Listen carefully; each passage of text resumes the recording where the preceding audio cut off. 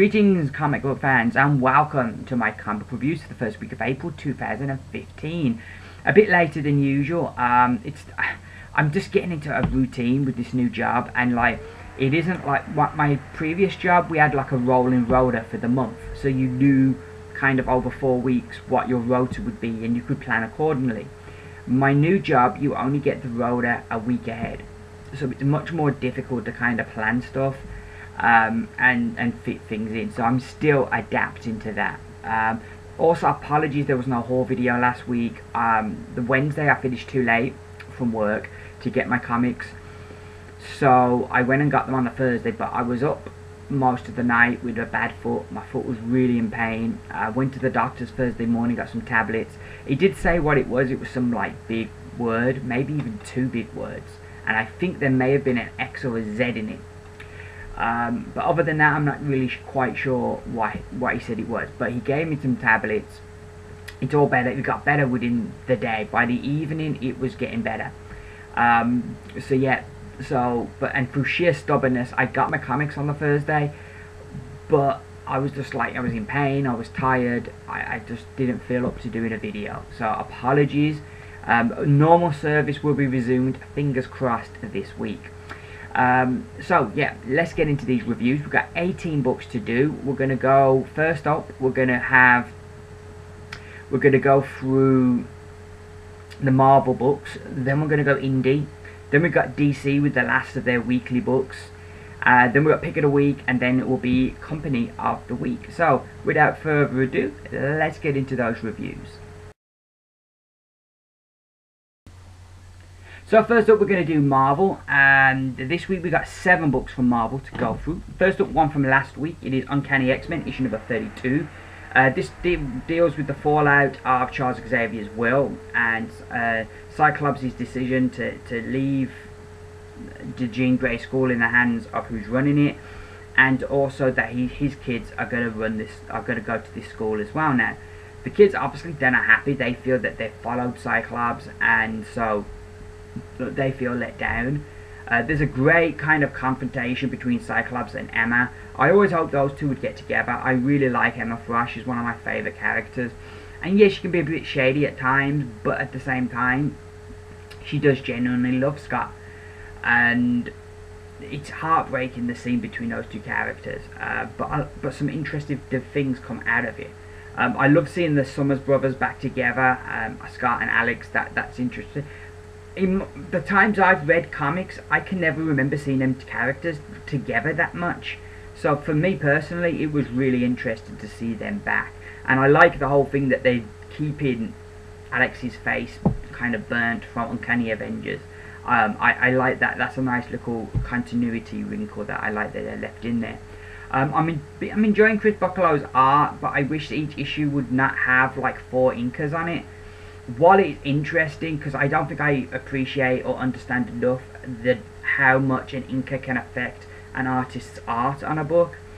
Having 4 on a book is a bit overkill, and it does, like I say, it makes the one artist's art look so different from different parts of the book. So I wish they'd stop doing that. But I enjoyed this. I think if this is your first issue, it's a bit dialogue heavy. But that's what Bendis does best. He's just fantastic at that. And if you've been following this run from the beginning, I think you'd be invested in these characters, and you don't mind that there ain't that much action, that it's more conversation and dealing with stuff. I think it works, and I think you'd be invested if you've read it from the beginning. So I'm going to give Uncanny XMen issue number 32 4 stars out of 5. So on to this week's book. First up, we have Uncanny Inhumans, issue 0. This is the new book coming out. Written by Charles Soule and art by Steve McNiven on the main part of the book. The gist of the story is Black Bolt knows the end of the world is coming, so he wants to make sure his son is safe, so he needs to find his son. And so basically it's his journey to try and find his son, to keep his son safe. Black Bolt must be a really difficult character to write, because he doesn't communicate in the usual way. There are no inner monologues, and there's no verbal communication, because when he speaks, things blow up. So he's very difficult to write, but Charles Soule pulls it off here. He makes him really badass, but at the same time, you know, you feel for the guy because he's basically a father looking out for his son. So I liked that. It does tie in a lot with Inhuman and the events of there, but I feel Charles Soule does what he does so well in that he just lands it in conversation, and so you're up on what you need to know. Which anybody else did this, it would be like, you know, it'd feel like an info dump. But Charles Soule is just the kind of way that he does dialogue that it kind of just feels like a natural conversation and doesn't feel like an info dump. Steve McNiven's art is just superb, and I really enjoyed the story. And there's a 2-page bit at the back that kind of what's coming up in Uncanny Inhumans, and I must say that got me pretty excited for the book. We have a backup in here as well, written by Ryan Stegman with art by Ryan Lee, which is an ISO and Flint story, who are two of the younger Inhumans, or the new Inhumans. I didn't. It was an unoffensive story. You know, it wasn't bad, but it didn't rock my world either. But I didn't quite understand why that was here. I much rather would have not had that and then had the book for $3.99. Just saying. But like I said, the art in here is this stuff's great. There's Black Bolt being all badass, and there's a scene where he goes to his wife Medusa to help him find. And here he says that he's under attack, and he says one word there, and then there, no more soldiers. The art on the second book is very, very different, as you can see on the second story. But yeah, all in all, I enjoyed this. I'm going to give Uncanny Inhumans issue number 0 4 stars out of 5. So our other number 1 this week is Kanan, the Last Padawan. This is based off a character from the animated series Star Wars Rebels, which I believe is like 2 years before A New Hope. So this book, it actually is 15 years before Star Wars Rebels, and it's the last days of the Clone War, and it deals with Kanan, a character from that who was a Jedi, and we see him here as a Padawan. His name is Caleb something, Caleb Dum, that was it, Caleb Dum, and he is on his first mission as a Padawan, and you know, what I liked here is they didn't have Order 66 straight away. The end of the issue we get Order 66, but we get to spend an issue where we get to see Caleb with his Jedi Master B.P.R.D, and she's a fantastic character, and I really liked her, and we get to see him learning, and she being a Jedi Master to him and teaching him. We get to see his relationship with the clones that are with them. And it's really nice, and also sets the character's a kid here, and we know him from Star Wars Rebels as an adult, so it's really interesting seeing him and how different he is as a kid and all the questions he has. And I really enjoyed it. I thought it set up the series really well. It was a creative team in Wiseman and Loraz that I don't know, but I really enjoyed what they gave us here, and I'm looking forward to the next issue, and I'm going to give Kanan, the Last Padawan, issue number 1, 4 stars out of 5. So next up we have Avengers, issue number 43. This issue we deal was with Guardian, with his armada coming to Earth to destroy the Earth, because for the universe to survive, they've decreed Earth needs to be destroyed. So all of Earth's heroes, we have the Illuminati, we have the New Avengers, we have S.H.I.E.L.D. Avengers, all come together to kind of try and come up with a way to stop Gladiator and his armada. This story is just massive that Hickman is writing, and it feels like Game of Thrones in its epicness, and sometimes you'll see a part of the story you might not see for like 3 months, and that can be occasionally jarring. I think this is definitely going to be a book that is going to read better collected as a trade. The other thing Game of Thronesy about this issue is how the heroes all come together, and it looks like the heroes are going to win the day, and then it doesn't happen. And that very much reminds me of Game of Thrones, that so many times you think, oh, this is how the story goes, and then it doesn't happen, and the hero ends up dead. And nobody ends up dead yet, but yeah, things ain't looking good. We also get to see what's been happening to Tony Stark, and we catch up with him, so that was really cool, because it's been a few months since we saw Tony Stark. But yeah, this is really good book. I'm really enjoying the artifact. This issue was a bit hit and miss. The stuff in space, I feel, is just awesome. When we get to see like spaceships and stuff, it's just awesome. But then some of his character stuff, it's just like, you look at the characters here in this top one, and I don't know, things just don't look right to me. But then you come to his space stuff, and it's just really good. But like I say, I enjoyed the book, and I'm going to give Avengers issue number 43 4 stars out of 5. So next we got Raccoon issue number 10. This issue, I was going to drop this book, but the guy in my comic shop said this issue was good, so I thought I'd give it another go, and I'm glad I did. It ties together all those single missions, as it's Rocket trying to get the money together to pay back from all the ex-girlfriends, who also happen to be princesses. He has a bit of a princess fetish, does Rocket, and he stole money from him, so he's got to pay it back, or he's going to go to prison. So he's been doing all these missions to get the money. This issue, he's going to go to pay off all these women, but then he finds out that this acquaintance of his has information to an artifact that he's been looking for a long time. But to kind of get the guy to talk and share the information, he's going to have to drop a whole load of credits, say like the amount that he's got. So he has to make the choice. Does he pay off the lawyer so the women get their money back and he doesn't go to prison, or does he go and give it the money to this acquaintance so he can get this artifact that he's always wanted to get, or at least have the opportunity to find it? I think if you know Rocket, you know which one he's going to go with. Really enjoy this. I love how Scotty Young writes Rocket, and this issue very much, the relationship with Rocket and the group very much reminded me of Han Solo and Chewbacca.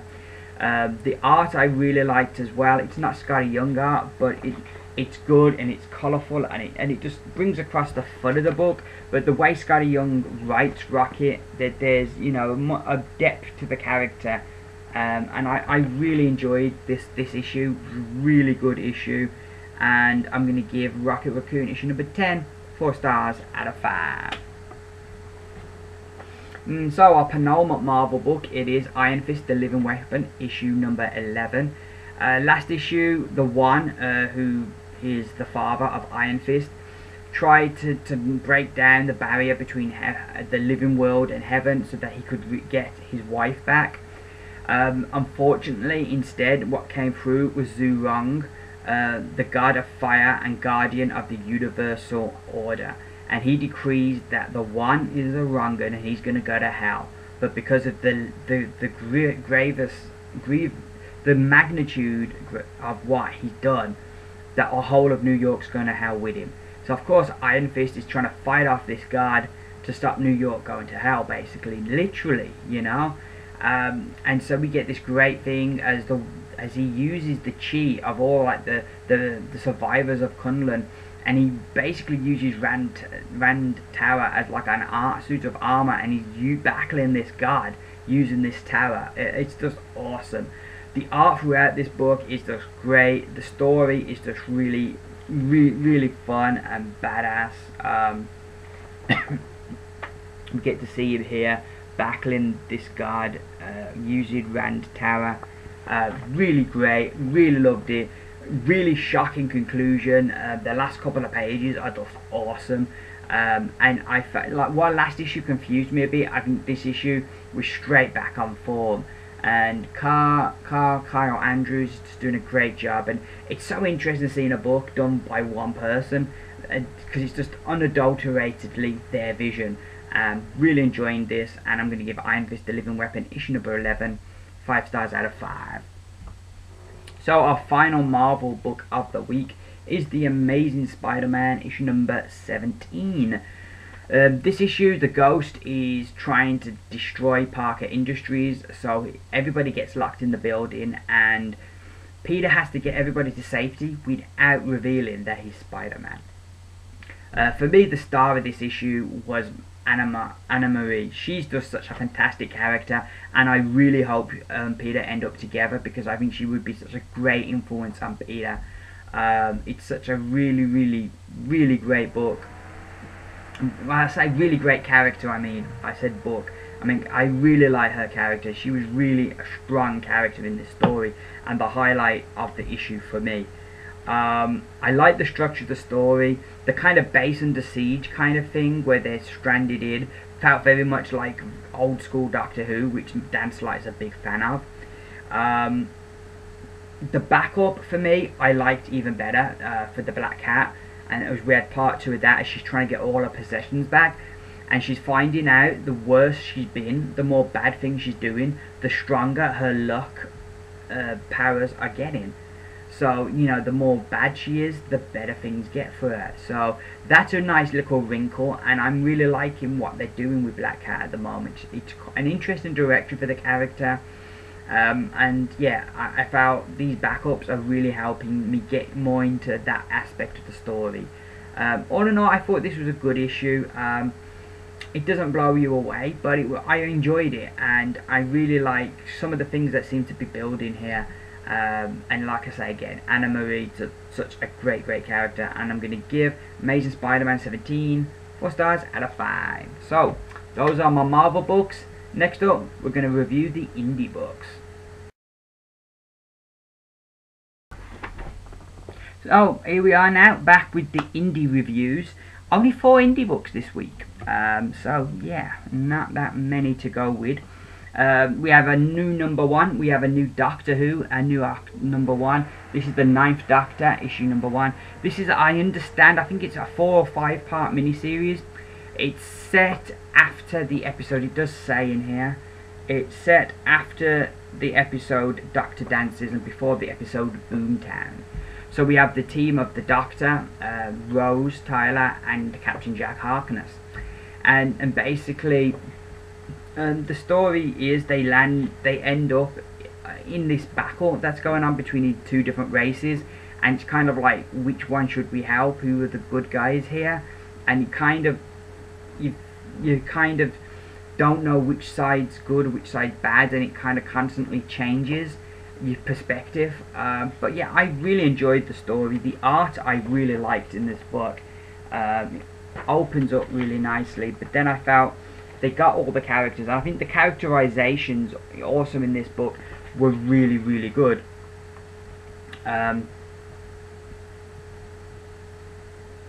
So yeah, I really enjoyed this, and I think they're doing such a great job with these Doctor Who books that are Titan, and this was another great addition to that. The 9th Doctor isn't one of my favourites, but I really enjoyed this, and I thought the characterizations here were really spot on. Great art as well. Enjoyable first issue. I give Doctor Who 9th Doctor issue #1 5 stars out of 5. We then have The Dying and the Dead issue #2. Seems ages since we had issue 1, but I really enjoyed this again. The Colonel now is putting together his team to get this artifact back for this mysterious people of the city, so that they can cure his wife of cancer. So this issue deals with the team being put together, and I really like that. This, like, all these grizzled old veterans, and there's some really great moments. My favourite moments probably in this issue, there was the guy he picks up from the old people's home, and there's a really great moment in that with one of the workers there who is a bit abusive, and I liked that. It kind of brought something around full circle, so that was really cool. And there's this one guy that's been in prison since 1949 that they're getting out, and that was really interesting. He was just about to escape when they come in and get him released.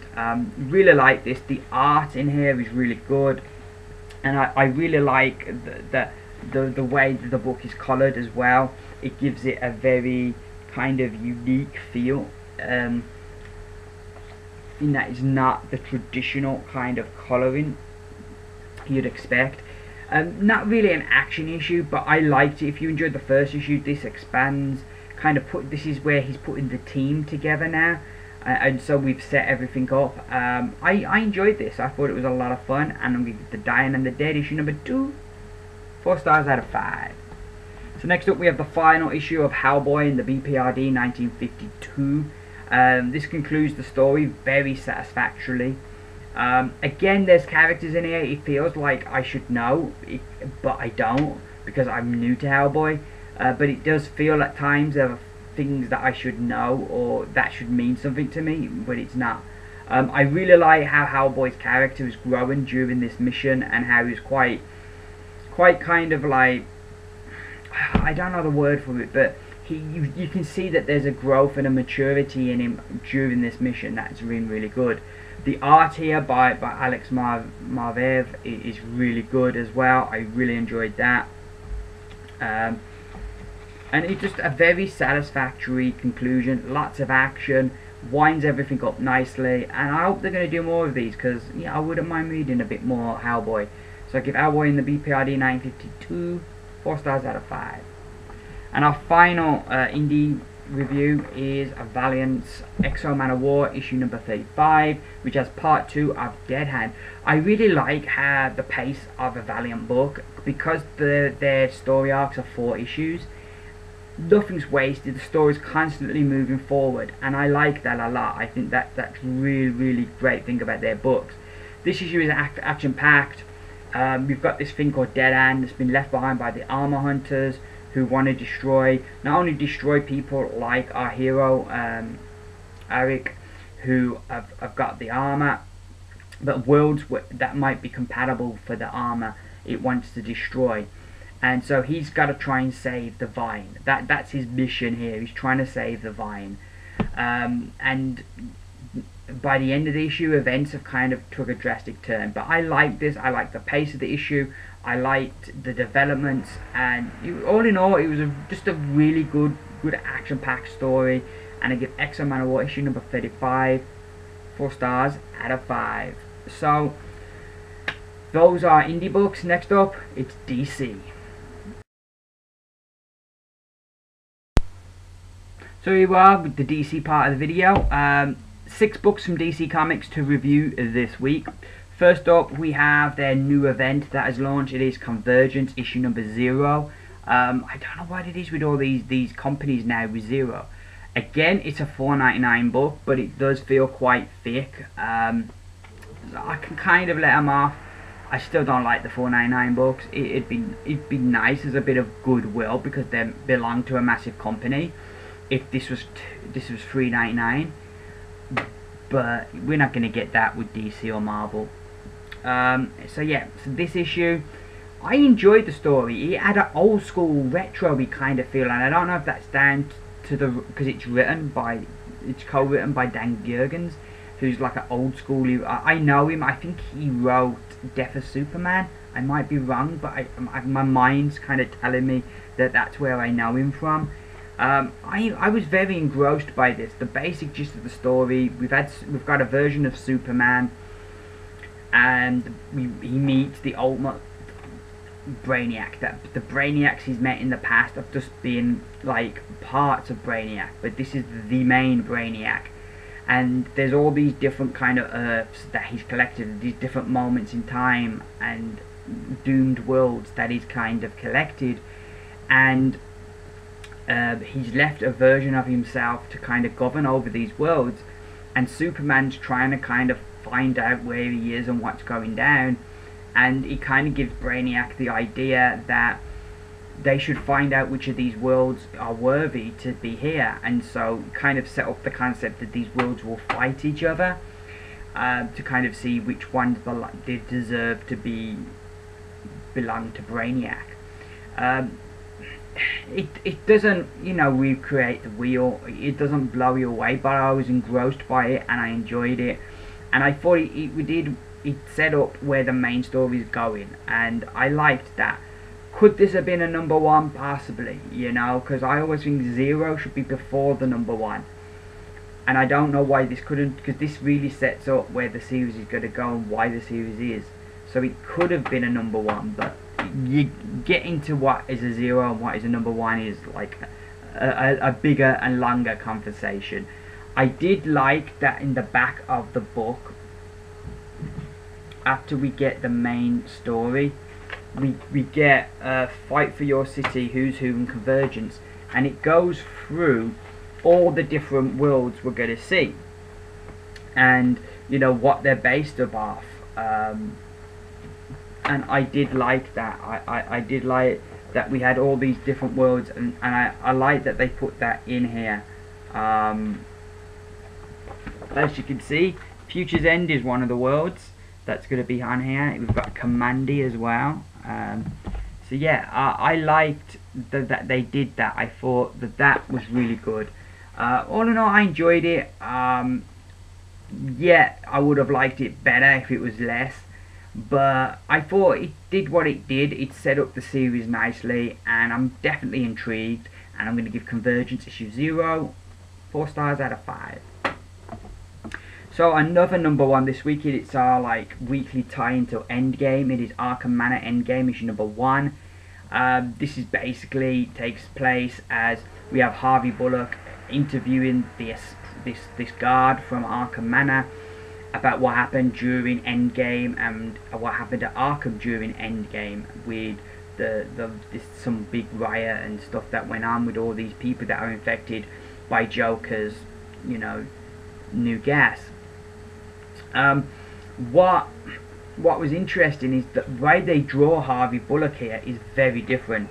He looks just like he does the actor who plays him in, that is Bullock, and he looks just like the actor who plays him, and it's the first time I've seen this in the comic, that they've made the character look like the actor who plays him in a TV show. I've not seen that before, so I don't know if that's something new that they're going to bring in and change how Bullock looks. It's a shame if they do that, but I can understand their thinking of why, but at the same time it's a shame because Bullock's always looked a certain way. But hey, the story is what it is. It's a fun story. Is it essential? No. Is it offensive? No. But it's not nothing that's going to move your world or really going to add any more depth. I did like the wrinkle and the twist at the end, but I felt like we could have had another Arkham Man miniseries that could have explored that better than doing a one-shot.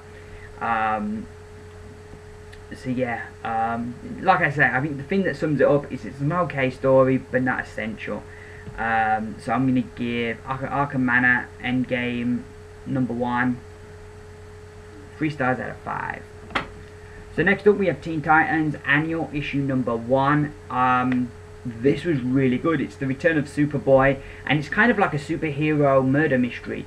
Superboy wakes up and there's all these dead bodies, and then these aliens, the Durlans from Green Lantern, and they're all dead, and he's killed them all apparently, except there's this one Durlan who's with him, who's protecting him, who's like, no, he didn't do it. We then have Martian Manhunter on the case, who's really pissed that he's killed all these aliens, so he wants to get Superboy. We have Red Robin, who believes that he's innocent, and we have Wonder Girl, who's quite, I don't know, he always had a bit of anger management issues, so he could have done this. It greatly, by the end of the issue, changes the status quo. We don't know yet, because he can't remember, we don't know yet whether Superboy did or didn't do it. So there's a real nice mystery there. It definitely shakes things up in the book and changes where things are going to go now, as some of the Titans are on the run with Superboy now, because anybody connected to him is going to be considered just as guilty. And the kind of the Titans team split, and Manchester Black takes advantage of the split. I enjoyed this. I thought it was really good, really well done, and I'm going to give Teen Titans Annual number 1 4 stars out of 5. So next up we have Batman and Robin Annual number 3, sorry, and this is what I feel an annual should be. It's a standalone story, one and done story, but it's fun and it's good. And the thing about it as well is all the strengths of Peter Tomasi's Batman and Robin run are in this book. The way he writes the characters, the way he writes Damian, it's just fantastic, and I'm really going to miss that. The art here by Rip is really good. I really enjoyed the art.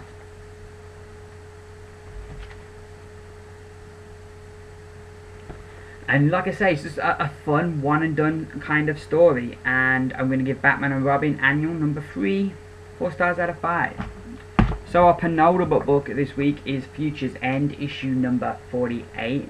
I liked that the time travel thing didn't go the way I was kind of guessing, and it doesn't cancel everything out, so I liked that. And I loved the reunion between Madison and Tim. That really plucked at my heartstrings. However, all the goodwill went by the end of the issue. I'm reading the book, and I'm like thinking there's going to be another page, and it's not. It just ends. We never even got the conclusion of the story. Do they survive? Do they manage to stop Brother Eye? Do they all lose and get killed? We don't get no answers. It just ends, and it was rubbish. What a rubbish end.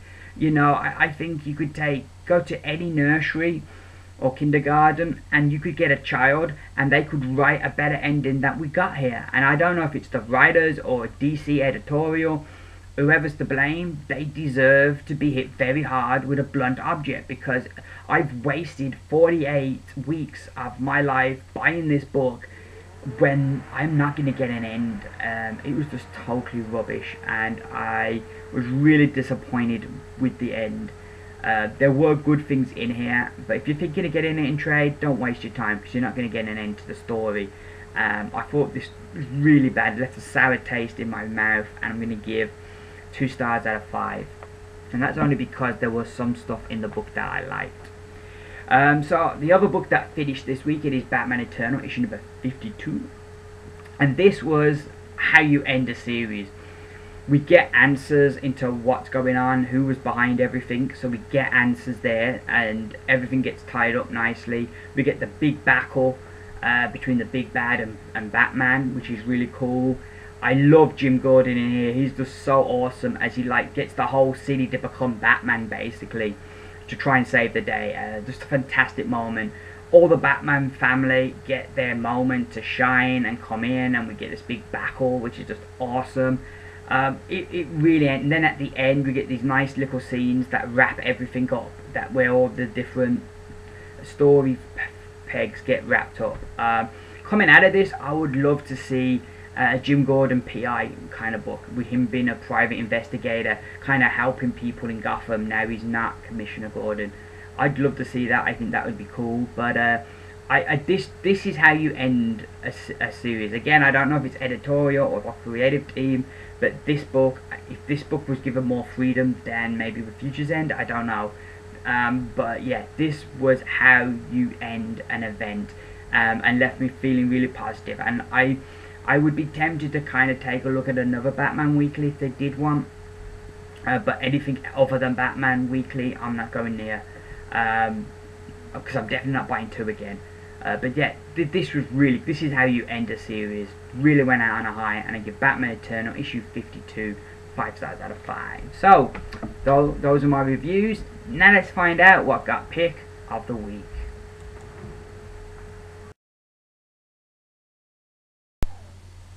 So, my pick of the week for the first week of April 2015, Black Science issue number 13. This book was, you know, we have a saying here, it was the dog's bollocks. The saying here in the UK for something that's really good, and this was really, really good. Before I read this, Batman Eternal was going to be my pick of the week, because that had been the best book that I had read. But as soon as I read Black Science 13, I was like, there's nothing else. This is just phenomenal.